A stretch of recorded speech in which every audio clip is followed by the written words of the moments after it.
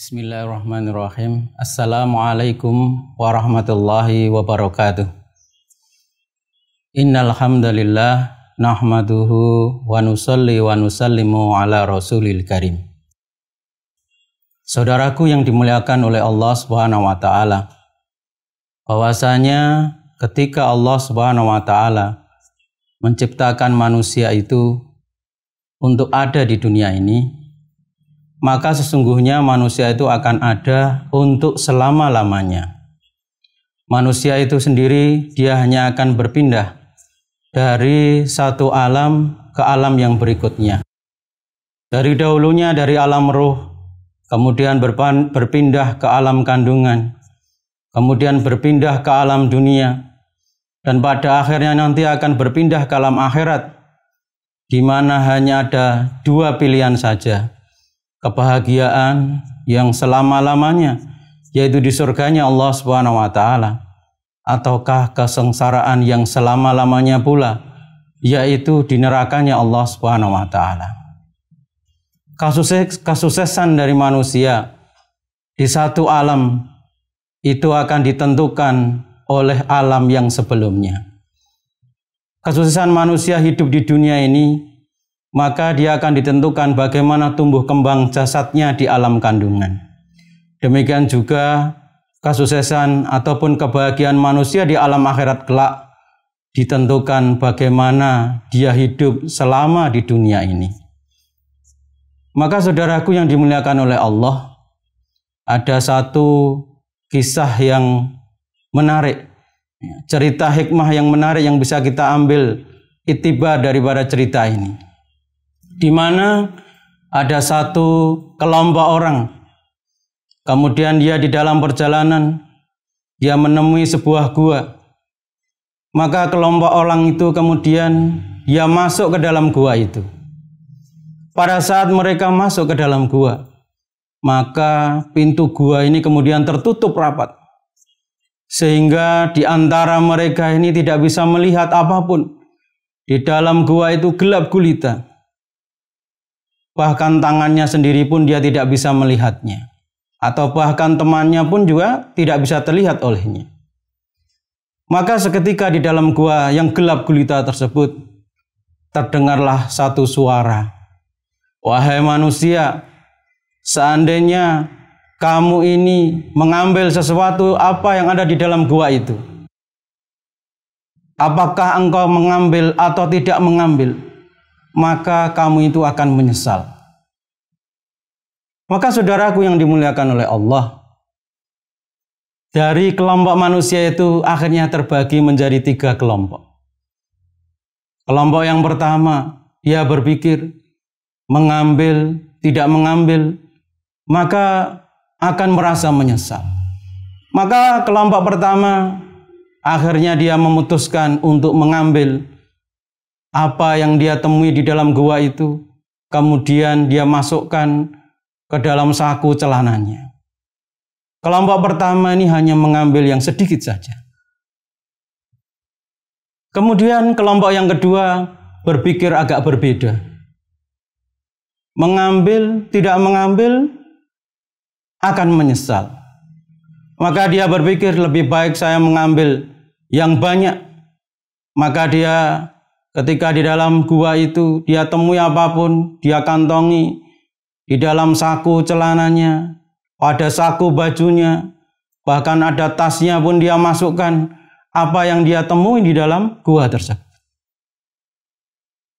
Kemudian kelompok yang ketiga yang lebih berbeda daripada kelompok 1 dan 2, di mana dia memutuskan akhirnya dia tidak mengambil sama sekali apapun yang ada di dalam gua itu. Daripada membebani perjalanan saya yang kondisinya gelap gulita, lebih baik saya tidak membawa apa-apa. Kemudian saudaraku yang dimuliakan Allah, sekelompok orang tadi kemudian dia ini berjalan terus dalam kegelapan di dalam gua itu. Sampai suatu saat dari jarak jauh dia bisa melihat ada secercah cahaya, di mana di situ ternyata adalah pintu keluar daripada gua dari sisi yang lain. Maka singkat ceritanya, akhirnya mereka semua keluar daripada gua tersebut. Begitu mereka semua keluar dari gua tersebut, maka pintu itu kemudian tertutup rapat kembali, di mana mereka tidak bisa lagi masuk ke dalam gua ini. Maka saudaraku yang dimuliakan oleh Allah, kemudian sekelompok manusia tadi, mereka berpikir, tadi kita ini mengambil sesuatu dari dalam gua, di mana dikatakan bahwa mengambil atau tidak mengambil, kita ini akan merasa menyesal. Maka apakah dari barang ataupun benda yang kita ambil dari gua tadi? Maka kelompok pertama, maka dia rogoh di dalam saku celananya. Kemudian dia ambil dan dia lihat. Maka ketika melihat daripada apa yang diambil itu tadi, maka dia kaget luar biasa. Ternyata yang diambil dari dalam gua itu adalah batu-batu mulia, batu-batu permata, batu-batu intan yang harganya luar biasa mahalnya. Maka orang yang pertama ini merasa menyesal. Kenapa saya tadi hanya mengambil yang sedikit saja? Kemudian orang yang kelompok yang kedua, di mana dia ini mengambil yang lebih banyak, mengambil benda-benda tadi lebih banyak. Ternyata dia pun merasa menyesal juga. Kenapa saya tadi hanya mengambil, saya masukkan di celana saya, di baju saya, ya, di tas saya. Kenapa tadi tidak diambil yang lebih banyak daripada yang saya bawa ini? Sehingga walaupun dia ini membawa banyak daripada batu mulia, ternyata dia pun masih ada perasaan menyesal. Walaupun penyesalan orang yang kedua ini tidak sehebat penyesalan orang yang pertama. Dan tentunya kelompok yang ketiga yang dia tidak mengambil sama sekali, dia akan menyesal yang luar biasa. Inilah saudaraku yang dimuliakan oleh Allah. Ibaratnya gua ini tadi yang gelap gulita itu adalah kehidupan di dunia. Ada awalnya dan ada akhirnya kehidupan dunia ini. Dan ibaratnya batu-batu mulia tadi adalah amal-amal soleh, amal-amal agama yang nilainya seakan hari ini kita tidak tahu, sebagaimana di gua tadi tidak tahu nilainya, tetapi ketika di luar gua dia baru tahu nilai daripada batu mulia tadi. Sebagaimana hari ini kita ini beramal agama, kita ini tidak tahu seberapa besar pahala yang dijanjikan oleh Allah Subhanahu wa taala.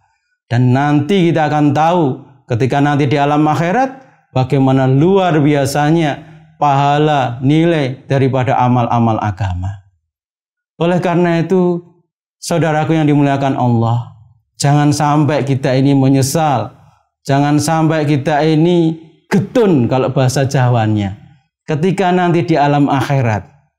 Sehingga bagaimana ketika kita ini hidup di dunia yang hanya sebentar ini. Yang hanya 60-70 tahun. Ya, bagaimana kita gunakan sebaik-baiknya. Apalagi sekarang ini pada bulan Ramadan yang nilainya luar biasa. Satu amalan wajib itu akan dilipatkan 70 kali. Kemudian amal sunnah akan dinilai sebagaimana amal fardu pada bulan-bulan yang lain.